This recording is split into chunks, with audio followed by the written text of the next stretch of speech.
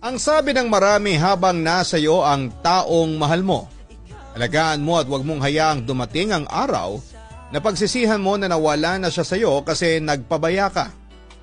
Papadudot yan ang isa sa mga natutunan kong aral pagdating sa pag-ibig kasabay ng pagkawala ng tuluyan ng taong minahal ko.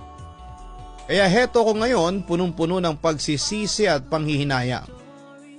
Pero bago ko magsimula ay nais ko muna kayong batiin ng isang magandang araw. Ako si Tanya, 46 years old.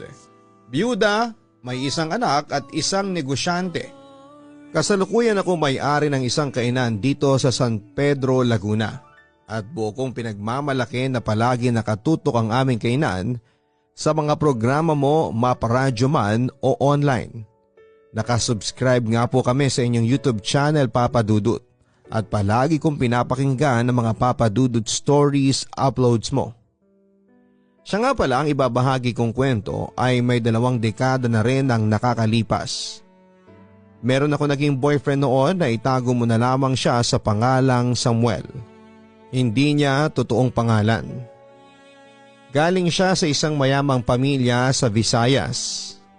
3 taon din ang tinagal ng aming relasyon. Pero papadudot ayaw sa akin ng mga magulang at kamag-anak ni Samuel dahil sa mahirap lang ang pamilya ko. Dahil doon